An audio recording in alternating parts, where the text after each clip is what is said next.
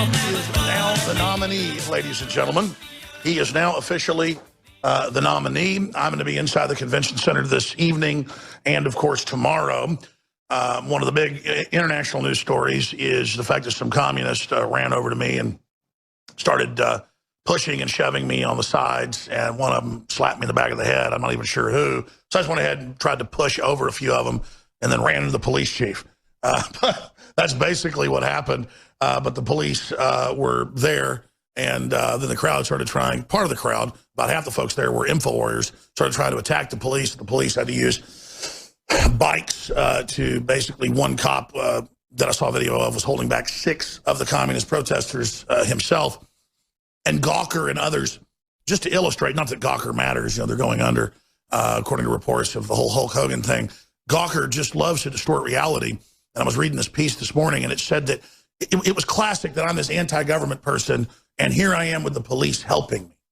And there I was battling real anarchists. No, people with red flags want total government.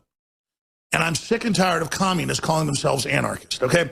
Just because I don't want a big, giant government and I want lower taxes doesn't mean I hate the local police or I want to shoot them in the back of the head. That's the globalist run left that's destabilizing the nation, not us. So they're always trying to act like we're not genuine, we're not real, no, we're genuine Americana. You don't know what we stand for? Americana. Freedom, lower taxes, being left alone, being able to defend yourself, being able to practice the religion or not practice the religion of your choice, not having to go under Sharia law. That's who we are. We're called the Renaissance promoters.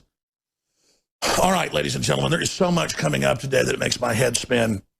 We have Ted Nugent coming on the broadcast. We have Roger Stone set to be in studio. We have a bunch of other special guests, but I was walking out of a business this morning buying another toothbrush as I lost my other one somehow, and my travel toothbrush. And there, just about 45 minutes ago, was Tucker Carlson, who I had dinner with on Sunday evening, and some of the Daily Caller folks, and a whole bunch of other press people. And he goes, "Oh, I'm glad you're coming." And I said, "Coming to what?" He goes, "Nigel Farage." And I said, "Whose event it is?" He goes, "It's mine, but no one's," I said, "Well, is it going to be on Fox?" If Fox had half a brain, they'd have Nigel Farage on, for a long talk. And he goes, no. And he goes, "No one's covering it, really." I said, "Really? Well, I just sent like 3 reporters or 4 reporters over there. And so we're going to get the Farage speech that I guess starts about now, and then that talk, and then hopefully an interview. We should have that maybe by the 4th hour today, because the one problem we've got is we need more crew members. We don't have enough people to upload all the videos we've got. We've got so many big interviews, and a lot of them aren't time sensitive, but some of them are, that are going to be going out today. We're going to push these all out today. So I literally ran in here 2 minutes before they randomly search every 8th vehicle that comes into the containment zone, and the Secret Service searched our vehicle. I mean, they search them all for bombs with the bomb dog and the mirror underneath the car, but they searched the inside of the car. And I don't want to get them in any trouble, but let's just say that, I'll just say at another checkpoint yesterday. Rob, come tell folks what happened. We literally, Rob's running the switcher right now, news director, but he's also going to come tell you. I mean, we're talking Secret Service going, InfoWars. Yeah, this happened this morning, actually, coming in. What happened to you yesterday?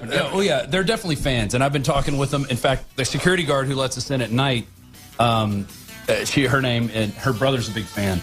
And she goes, "Oh, he was so excited to hear that we met you guys." And I took a selfie and sent it to her. And again, this isn't us bragging, "Hey, we're famous." Right. It's saying the InfoWars people are waking up. Yeah, and then this morning, the Secret Service, when we pulled up, they recognized. They're like, "InfoWars, good job yesterday, good job." Yeah, it's crazy. Let's not get them in too much trouble. We'll be back. Well, we've got 2 days left of the convention. And then, of course, it's the Democratic National Convention coming up next week. What a giant police state circus we're in the middle of. But this is a police state built of our own folly. This is what Americans have allowed with the jihadis in this country, and the borders wide open, and with all the different leftist groups and the Soros-backed organizations running around stoking violence. this is what you end up having to have, or they'd be storming the RNC. They've stormed Trump events all over the country. They've attacked people. People have been killed.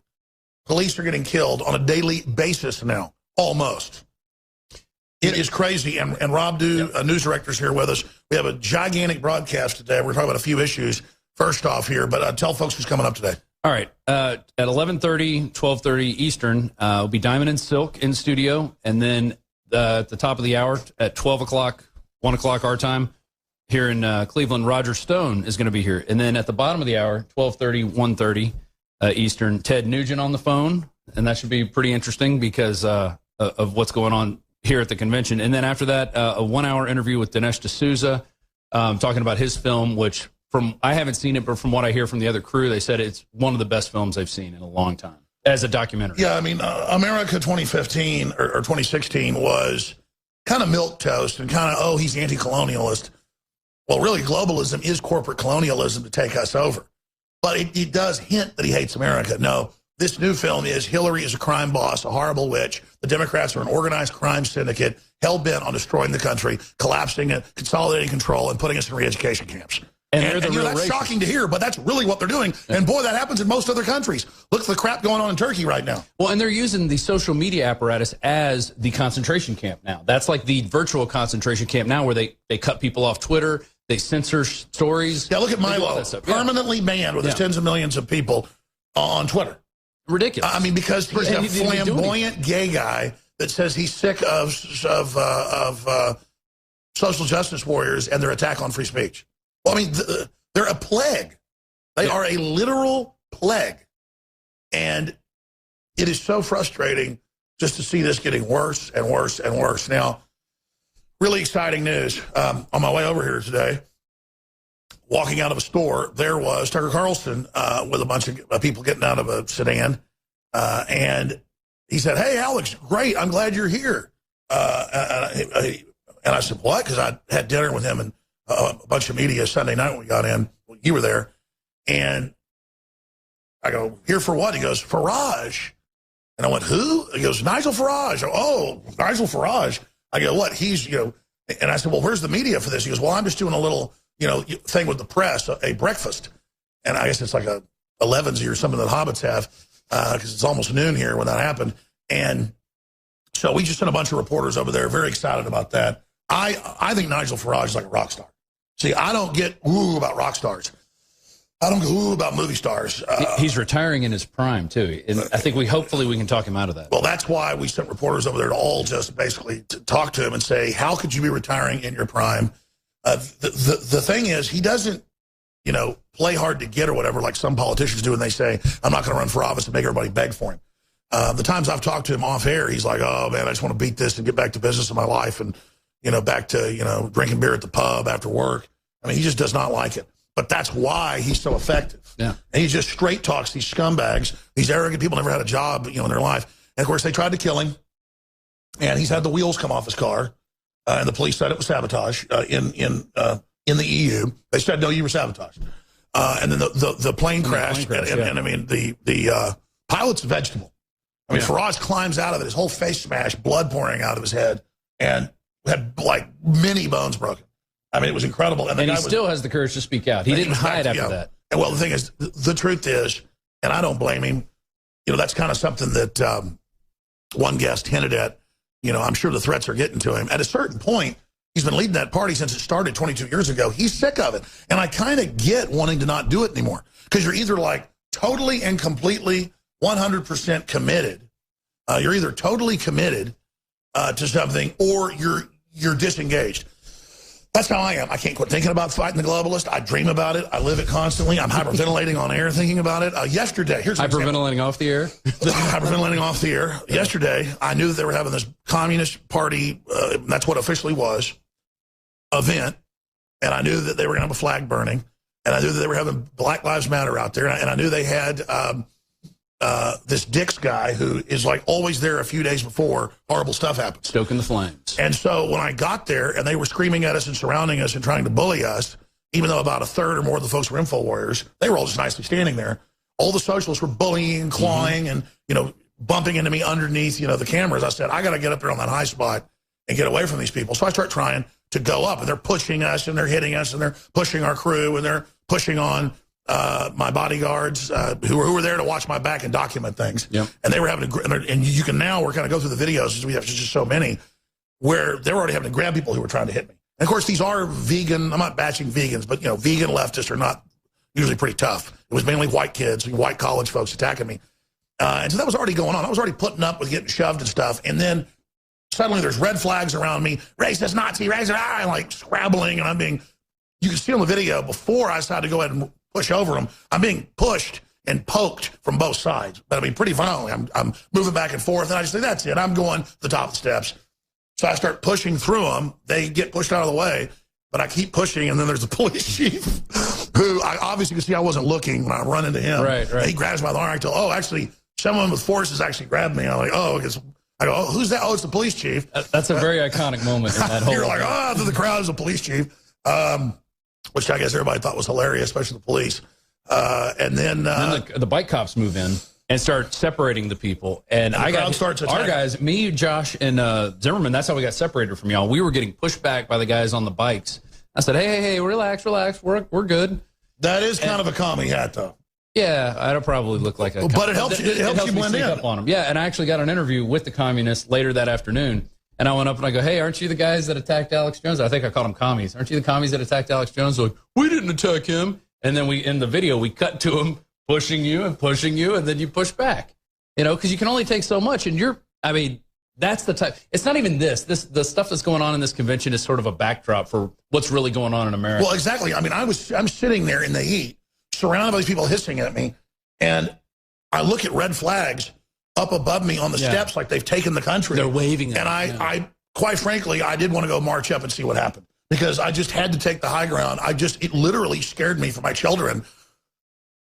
I mean, these are evil scum, man. I mean, communists have killed 200 million people, folks. They don't play games. They're running the same destabilization program here. You say it'll never happen. Bull. This country has been rotted from within by a bunch of traitors that have snuck in and infiltrated us, and I'm done with them. And I'm going to identify them, and I'm coming after them. People say, oh, you could have got hurt. You could have got whatever. The point is, I'm not playing around anymore. It's not because I'm tough or I'm a hero. I'm not laying down to these people. And they really pissed me off, and I'm sick of their crap. Bunch of mass murdering supporters, man. And you see what they're doing. They mean business. And you see the president up there every time innocent police get killed saying, well, we need to reform the police. Basically saying that's why they got killed, because they're bad. They deserve to be shot in the back because somebody else somewhere did something wrong. When you look at statistics, our police department in this country is this is one of the most violent nations on earth. It always has been. And per capita, for the amount of violence we have a very restrained police force in this country. Instead, what's happened is they've all gone into a militarized fortress mode, and that's only going to get worse when cops start getting shot in the back. It's a formula to bring the country down. They're building the police state by creating the climate that produces one, so when they take total power, they have a police state in place. So I'm not against the police. I'm against the globalist program, the architecture. I see them building. I've seen them do it in other countries. The globalists brag. They think we're dumb. They admit their battle plan. And, folks, we got to save this country, because we're not just getting taken over, as I've said 1,000 times, by Boss Hogg, who just wants to, basically skim money or something. And that'd be bad enough. I'd be against it, because it always leads you to something worse. We're at the point of it leading to the worst thing you can have. So the games are over, ladies and gentlemen. The gloves are off. The globalists are attacking. And everybody, I don't care whether you're in a uniform or whether you're a school teacher or whether you're a garbage truck driver, you are a human who deserves freedom. And you're good people. And I don't care if you're in the military or you're a social worker or you're a liberal or you're a conservative, who you are. Through the left, you can have tyranny. Through the right, you can have tyranny. Okay, and the globalists direct both of those throughout history. They write books admitting it, like Tragedy and Hope, written for the State Department and the CIA, so they could understand, why do we fund fascists and communists? Because they want centralized control. They want to give you fake choices, but then you're always just choosing another flavor of tyranny. There's no doubt tyranny's here. There's no doubt they're coming after free speech, and they're manifesting through the left right now. They're manifesting through the left. The globalists will try to manifest tyranny through the right as well. But we should try to reach out to people on the left and the right who are confused and don't know what's going on, and explain all this and then transcend it and then deal with it. But it's time that these communists who try to intimidate people, and socialists and BLM and all the Soros-affiliated groups and the Ford Foundation groups know we're not stopping. We're not backing down. We're getting stronger. If we don't identify these people and lay down to them, they